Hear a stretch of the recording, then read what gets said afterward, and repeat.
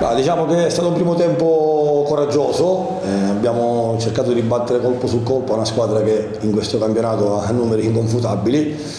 Nel secondo tempo non è cambiato l'atteggiamento, è solamente cambiato che quando perdi un uomo diventa un'impresa stare in campo contro il Catania, figurarsi fare il risultato. Però non devo rimproverare nulla ai ragazzi, hanno fatto la partita che volevamo fare, sapevamo delle difficoltà, abbiamo giocato quando è stato possibile a viso aperto.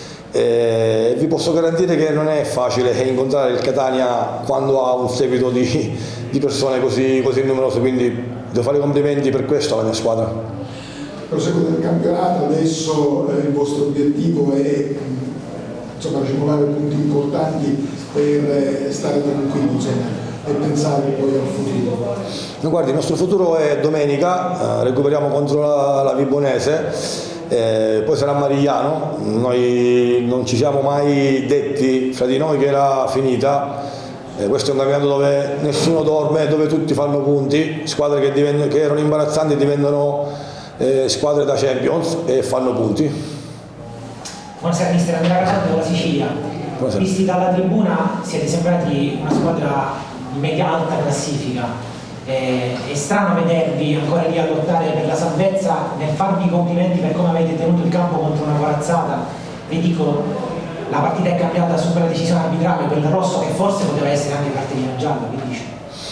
Io non so se 11 contro 11 sarebbe finita in parità, è chiaro che per noi sono aumentate le difficoltà.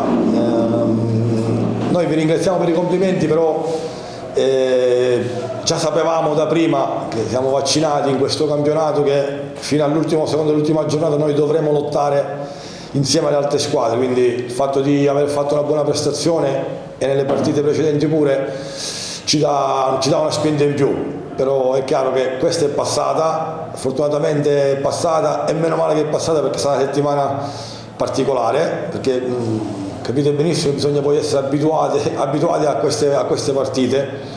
Io devo fare i complimenti ai ragazzi perché hanno dimostrato che possono fare anche questo tipo di partite. Nel finale ho notato, magari mi correggerà se sbaglio, c'è stato un battibecco con Russotto in campo? C'è stato qualcosa? Com'è? Sì. No, ho cercato di calmarlo, è chiaro che quando si è a un passo da un obiettivo si diventa alti, biondi, con gli occhi azzurri, hai sempre ragione, quindi bisogna anche avere rispetto degli avversari che lavorano e che insomma non hanno nulla meno degli altri.